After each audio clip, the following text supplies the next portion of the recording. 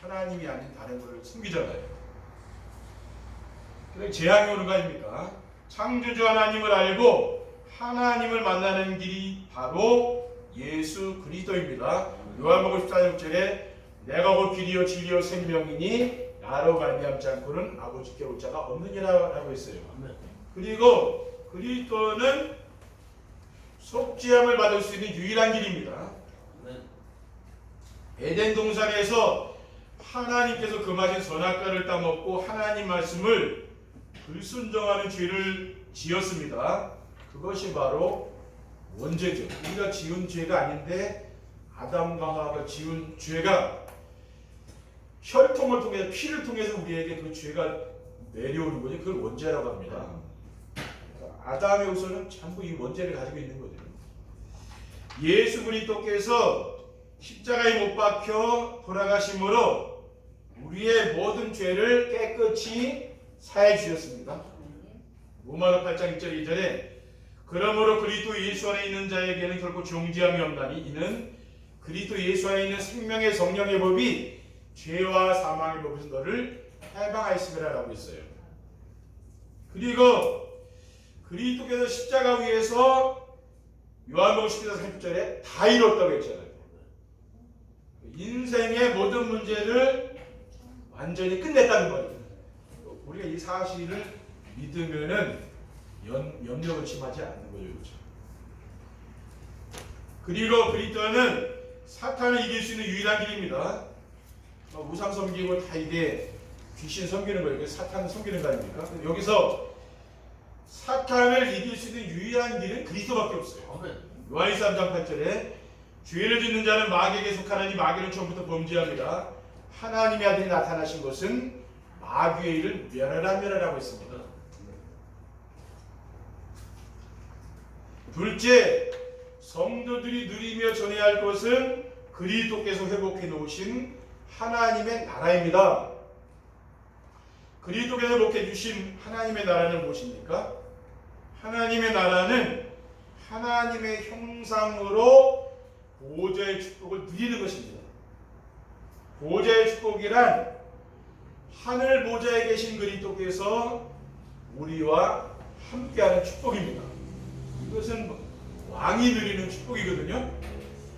마태복음 28장 18절에서 20절에 하늘과 땅의 모든 권세를 가지신 그리스도께서 뭐라고 했습니까? 내가 너희에게 분부한 모든 것을 가르쳐 지키게 하라. 볼지어다 내가 세상 끝날까지 너희와 항상 함께 있으리라고 했잖아요. 우리 이 말씀을 믿는 거죠. 그래서 성도들은 세상에 나가면 세상 사람들에게 기죽을 수가 있잖아요. 그렇죠? 세상 사람들이 가지고 있는 것 그런 것 때문에 기죽을 있지 않습니까? 저는 그런 것 때문에 부러워하지 않습니다. 그렇죠? 우리는 복음을 가진 사람은 모든 걸 다 가진 거 아닙니까? 그렇죠? 그 사람들이 나를 따라가야지 내가 그 사람들을 따라갈 건 없잖아요. 그래서 우리는 왕처럼 자신감을 가지고 당당하게 살아야 되는 거죠. 그렇죠? 그리고 하나님의 형상은 그리스도입니다. 고린도서 4장 4절에 그 중에 이 세상의 신이 믿지 아니하는 자들의 마음을 혼미하게 하여 그리스도의 영광의 복음의 광채가 비치지 못하게 하리니 그리스도는 하나님의 형상이니라라고 했어요. 그리고 하나님의 나라는 무엇입니까? 성령의 능력으로 더러운 귀신이 쫓겨나는 것입니다. 누가복음 11장 20절에 그러나 내가 만일 하나님의 손을 힘입어 귀신을 쫓아낸다면 하나님의 나라가 이미 너에게 임하였느니라라고 했어요. 이건 영적인 말씀이기 때문에 육신적인 사람들은 알아둘 수가 없는, 세상 사람들은 못 알아듣습니다. 그리고 하나님의 나라는 성도들이 세상에서 누리며 확산시켜야 될 나라입니다. 누가복음 17장 20절에 21절에 바리새인들이 하나님의 나라가 어느 때에 임하나이까 묻거늘 예수께서 대답하여 주시되 하나님의 나라는 볼 수 있게 임하는 것이 아니라고 했어요. 또 여기 있다 저기 있다 하고도 못하리니 하나님의 나라는 너희 안에 있느니라. 하나님의 나라가 우리가 이 모임에도 하나님 나라가 임하는 것이요. 우리 성도님들이 가 계신 우리 현장에 그 가정에 하나님의 나라가 임하리라는 거죠. 셋째, 성도들이 누리며 전해야 할 것이 무엇입니까? 그리스도께서 언약으로 주신 성령 충만입니다. 지금 불신자들은 그 능력 행하는 사람은 뭡니까? 프리메이슨들 이런 사람들 보면 그게 악령의 역사거든요. 많은 능력을 행하지만 그게 배우면은 악령의 역사예요. 종교단체에서도 막 절에서도 많은 능력이 나오잖아요. 교회에서만 치유사역하는 게 아닙니다. 절에서도 막 치유가 돼요. 근데 그게 악령의 역사다. 왜? 악령도 능력이 있잖아요. 그렇죠? 아니면은 실패하지만은 능력이 있다고 말해요. 우리는 뭡니까? 그것을 이길 수 있는 게 성령 충만 아닙니까? 성령 충만. 사도행 1장 5절에 요한은 물로 세례를 베풀었으나 너희는 몇 날이 못되어 성령으로 세례를 받으리라 하셨느니라. 1장 8절에 오직 성령이 너에게 임하시면 너희가 권능 받고 예루살렘과 온 유대와 사마리아 땅까지 이르러 내 증인되리라고 했어요. 그리고 성령 충만함은 언약을 붙잡은 제자들이 기도함으로 받았습니다. 사도행 1장 14절에 여자들과 예수의 어머니 마리아와 예수의 아우들과 더불어 마음을 같이하여 오로지 기도하기를 힘쓰더라라고 했어요. 근데 이 120명의 성도들이 모여서 제자들이 모여서 열흘 동안 간절히 기도했는데 어떤 일이 났습니까? 오순절 마가다락방의 사도행전 2장에 보면은 그 성령 충만한 역사가 나타났죠. 불같은 바람 같은 성령의 역사가 나타났어요. 4절에 보면은 그들이 다 성령의 충만함을 받고 성령이 말하게 하심을 따라 다른 언어들로 말하기를 시작하니라라고 했습니다. 그러니까 다른 언어라는 말은 지금 우리 교회에서 하는 그 방언을 말하는 게 아닙니다. 못 알아듣잖아요, 사람들이요. 뭡니까? 알아들을 수 있는 이게 외국어라는 말이에요. 외국어. 성령 충만을 자꾸 오해하는데 그게 아니고 외국어. 15나라에 지금 순례자들이 마가다락방에 와 있잖아요. 그 사람들이 알아들을 수 있는 그 모국어라니까요. 이거는 성령의 역사는 말하자면 그런 거라는 거죠. 그리고 성령 충만함을 받으면 어떻습니까? 자신의 무능, 안경, 사탄을 이길 수 있는 길입니다. 지금 대부분 성도들은 무능 거기 빠져 있잖아요. 그다음 환경의 어려움을 못 이기죠. 또 사탄 이거 다 못 이기는 거예요. 그거 이길 수 있는 길이 뭡니까?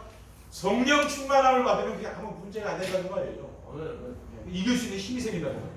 에베소서 5장 18절에 술 취하지 말라 이는 방탕한 것이니 오직 성령으로 충만함을 받으라라고 있어요. 술에 취하는 것 같이 뭡니까? 그 성령 충만 받으라는 말이죠, 말하죠. 그렇죠?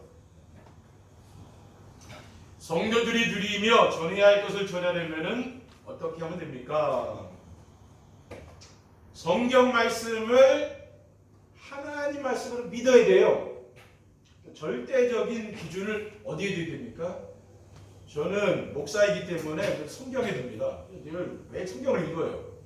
그리고 늘 또 강단 말씀도 듣고 매일 이걸 하다 보니까 저의 기준은 사람이 있는 게 아니라 하나님 말씀에 있는 거죠. 하나님 말씀이 뭐라고 하느냐 잘 귀담아 들어요. 그러니까 여러분들도 어떤 일을 할 때 잘 판단력이 안 쓸 때는 목사님한테 물어보시는 게 좋아요. 왜냐? 성경을 읽고 기도하기 때문에 이걸 가지고 얘기해 주죠.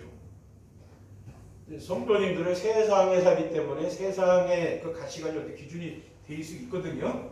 그럼 판단력이 흐릴 수 있다는 말이에요. 왜? 성경대로 살면 아무 문제 안 돼. 근데 성경에서 벗어나면 뭡니까? 그게 문제가 된다는 거예요.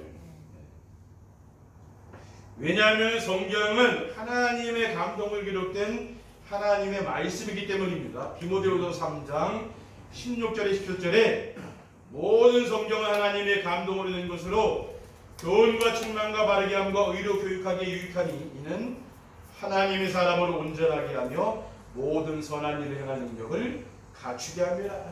이거는 성경 66권은 하나님의 감동으로 기록됐다고 그랬잖아요. 물론 이게 저자가 사람이지만 뭡니까? 그 배후에 하나님의 역사했다고 말하죠. 그렇죠? 그러니까 세상의 책하고는 다른 거죠. 그리고 성경은 예수가 그리스도이시며 하나님의 아들이심을 증거합니다. 성경 기록의 목적이 무엇입니까? 요한복음 6장 39절에 보면은 너희가 성경에서 영생을 얻는 줄 생각하고 성경을 연구하거니와 이 성경이 곧 내게 대하여 증언하는 것이라. 이게 예수 그리스도에 대해서 기록한 책이라고 예수님 말씀하고 있잖아요. 구약의 이 성경이 뭡니까? 이게 그리스도에 대한 이야기라고 그렇게 이야기하시잖아요. 요한복음 20장 31절에 오직 이것을 기록하면 너희로 예수께서 하나님의 아들 그리스도이심을 믿게 하려 하며 또 너희로 믿고 그 이름을 힘입어 생명을 얻게 하면 라고 있잖아요. 그리고 성경 말씀을 읽는 자와 듣는 자와 기록된 것을 믿는 자는 복이 있다고 했어요. 예수님 말씀이잖아요. 계시록 1장 3절에 이 예언의 말씀을 읽는 자와 듣는 자와 그 가운데 기록한 것을 지키는 자는 복이 있나니 내가 가까우니라.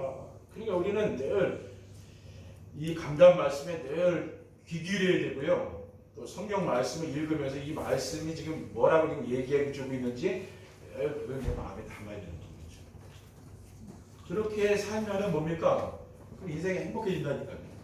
그러면 세상 사람들이 아무리 뭐라 해도 흔들리지 않는 거죠. 왜? 나는 내가 믿는 데가 다로 있으니까. 세상 사람들은 뭐 다 사람의 영향을 받고 살지만 뭡니까? 우리는 하나님 말씀을 믿고 사는 사람들이잖아요. 여러분들이 목회자의 영향을 받는다기보다는 이 목회자의 입을 통해서 나오는 게 성경에 귀를 기울이는가, 그래서 예배 드리는 거 아닙니까? 그렇죠? 제가 훌륭해서 이 자리에 서 있는 게 아니잖아요. 왜? 성경을 우리는 뭡니까? 선포하는 사람이거든요. 그게 목회자라니까요. 둘째, 예배 시간에 선포되는 말씀도 하나님의 말씀으로 믿어야 됩니다.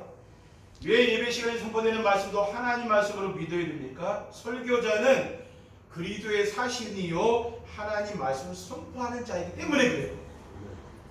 사도 바울은 디모데후서 1장 11절에 보면은요, 내가 이 복음을 위하여 선포자와 사도와 교사로 세우심을 입었노라 라고 했어요.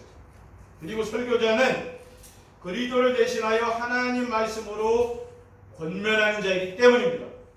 고린도후서 5장 20절에 그러므로 우리가 그리스도를 대신하여 사신이 되어 하나님이 우리를 통하여 너희를 권면하시는 것과 같이 그리스도를 대신하여 간청하느니 너희는 하나님과 화목하라 라고 했습니다. 그리고 성경에 보면 데살로니가 교회가 나오거든요.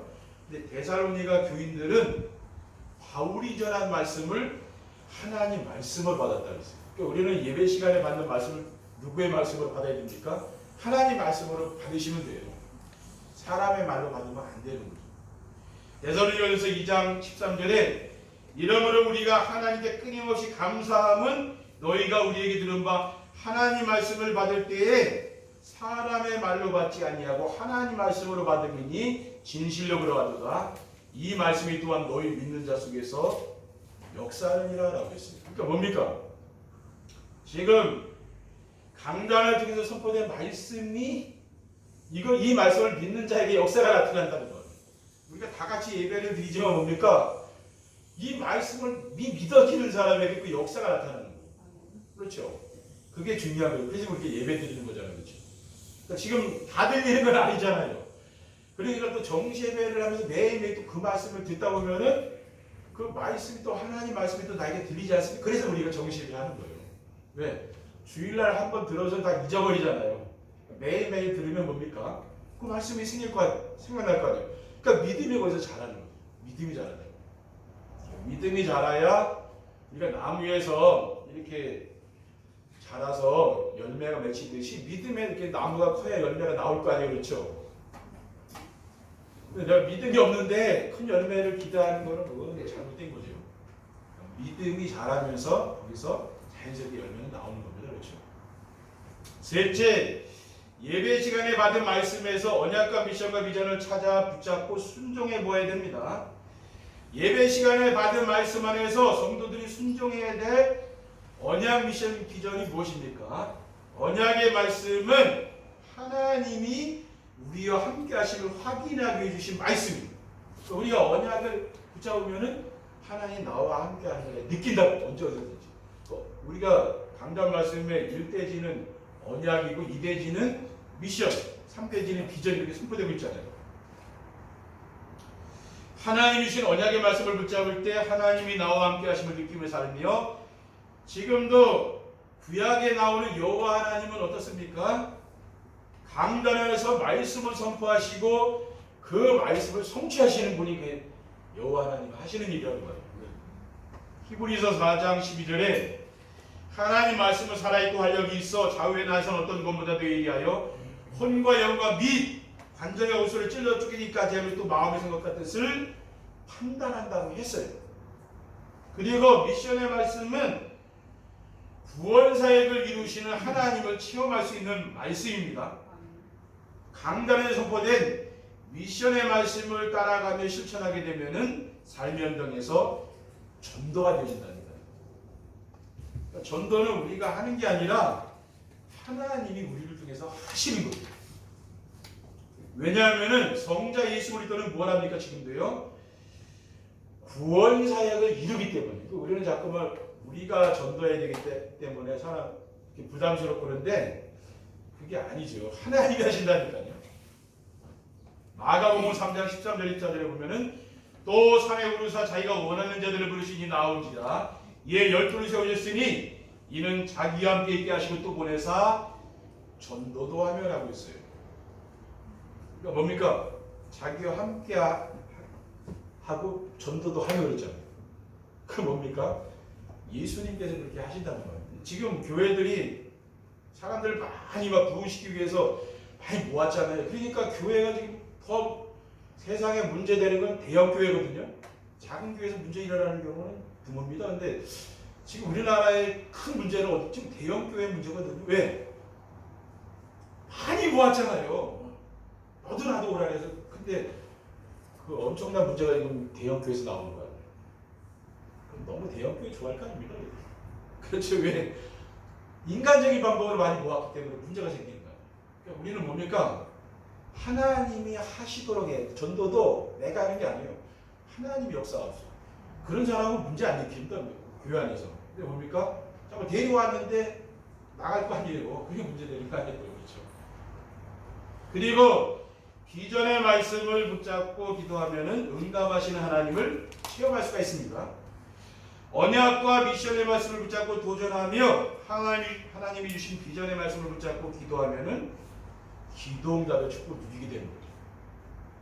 그래서 성령 하나님은 지금도 뭘 하시냐? 우리 성도님들의 기도에 응답하신다는 말이에요. 요한복음 16장 24절에 지금까지는 너희가 내 이름으로 아무것도 구하지 아니하였으나 구하라 그령을 받으리니 너희 기쁨이 충만하리라고 했습니다. 결론으로 성도들이 누리며 전해야 할 것을 전하면 어떻게 됩니까? 염려, 근심, 걱정, 죄의식이나 죄책감에서 해방되어 마음이 평안하고 행복합니다. 성도들이 누리며 전해야 될 인생 문제의 완전한 해답인 그리스도의 비밀과 그리스도께서 이렇게 놓으신 하나님 나라와 그리스도께서 언약을 주신 성령 충만함을 누리게 되면은 어떤 일이 합니까? 나 중심, 물질 중심, 세상 성공 중심에서 해방되는 거죠. 오직 그리스도가 됩니다. 그러니까 염려, 근심, 걱정들이 없어지는 거예요. 세상 염려, 근심, 걱정 없어지는 거예요. 그리고 지난 과거의 죄의식과 죄책감에서 벗어나서 마음이 평안하고 기쁘고 감사가 넘치는 삶으로 이렇게 사람이 변화되는 거죠. 늘 감사하는 삶으로, 또 작은 것에 늘 감사하는 사람으로 이렇게 변화가 됩니다. 둘째, 마음과 삶의 모든 현장에 어둠의 세력들이 떠나가고 하나님 나라가 임하게 됩니다. 우리가 성경 말씀을 하나님 말씀으로 내가 늘 가까이 하면서 읽고 예배 시간에 선포되는 말씀도 하나님 말씀으로 믿고 또 예배 시간에 받은 말씀 안에서 언약 미션 비전을 붙잡는 정시예배의 축복을 누리는 사람, 강단 말씀 듣는 거라 했잖아요. 들으면 된다니까. 듣고 들으면 되는 거예요. 그러면은 어둡고 불안한 마음들이 싹 사라지는 거죠. 그러면서 삶의 현장에 역사하는 그 불신앙 있죠? 이런 거 그러니까 이렇게 다 무너진다니까요. 우리가 무너지려고 막 소리 안 질러도요. 자연이 다 무너진다니까요. 그러면서 하나님 나라가 이루어져요. 로마서 14장 9절에 하나님 나라는 먹는 것과 마시는 것이 아니라고 했습니다. 교회 다니는 사람들도 먹는 것과 마시는 것을 하나님 나라를 알고 있잖아요. 그게 아니고 오직 성령 안에 있는 의와 평강과 신앙. 그렇죠? 먹는 건 아무거나 드시면 돼요. 건강한 거. 그렇죠? 그게 중요한 게 아니에요. 의와 평강과 신앙. 그렇죠? 내 마음의 깊은 평안. 이거 누리는 게 되게 중요하다. 그게 하나님 나라라고 말이에요. 마지막으로 무능과 환경을 이기게 되고 삶의 현장에서 전도가 되고 교회에서 제자가 세워집니다. 강단의 메시지를 하나님 말씀으로 순종하며 따라가는 전도자의 삶을 살게 되면은 어떠한 고난도 좌절하지 않고 인생 살다 보면 어려운 문제 안 옵니까? 나는 뭐 좋은 문제 그것만 오는 거 아니잖아요. 어려운 것도 오잖아요. 그런 고난이 와도 좌절하지 않는다 그 말이에요. 그리고 이겨나갈 수 있는 힘을 하나님 주신다는 것 그렇죠? 그리고 강단 말씀의 성취와 현장에서 전도가 되어지며 교회에서 제자를 세울 수 있는 70지교회의 축복을 드리게 됩니다. 지금 뭡니까? 하나님이 70지교회 70제자 임답을 나에게 주시는구나 이렇게 생각하시면 돼요. 그렇죠? 그럼 우리 문제 속에 빠지지 않는 거예요. 그렇지 않으면 뭡니까? 그 문제 속에 또 빠져버리잖아요. 그게 하나님 뜻이 아니거든요. 뭐 하나님의 큰 계획이 있는 거 아니에요. 민수기 11장 24절에 25절에 모세가 나가서 여호와의 말씀을 백성에게 알리고 백성의 장로 70인을 모아 장막에 둘러세우매 여호와께서 구름 가운데 강림하사 모세에게 말씀하시고 그에게 임한 영을 70장로에게도 임하게 하시니 영이 임하신 때에 그들이 예언을 하다가 다시는 하지 아니하였더라. 그러니까 모세가 뭡니까? 이 같이 시내산에 같이 올라가 70장로가 있잖아요. 모세 혼자가 한 게 아니라 70장로, 70제자. 그렇죠? 우리 성도님들이 그 응답하시면 돼요. 70제자입니다. 그렇죠? 우리 성도님들이 제자가 되면 되는 거죠? 제자는 어떤 사람입니까? 어떤 일이 와도 흔들리지 않는 사람이 제자예요. 이렇게 믿음이 약한 사람들 교회 와도 흔들리잖아요. 그렇죠? 작은 문제. 근데 뿌리가 깊은 나무는 아무리 비바람이 풍랑이 와도 편하지 않아요. 약한 뿌리는 흔들리더라고요. 근데 뿌리가 깊은 나무는 흔들리지 않듯이 뭡니까? 제자는 요동하지 않는 그 제자다. 그렇죠? 이러한 축복을 누리시기를 주님의 이름으로 축원드립니다. 기도하겠습니다. 사랑의 하나님 감사합니다. 오늘 주신 푸짐한 언약 미션 비전의 말씀을 굳게 붙잡고 우리 삶의 현장에서 복음 누리며 증거할 수 있도록 인도해 주옵소서. 주 예수 그리스도 이름으로 기도드립니다.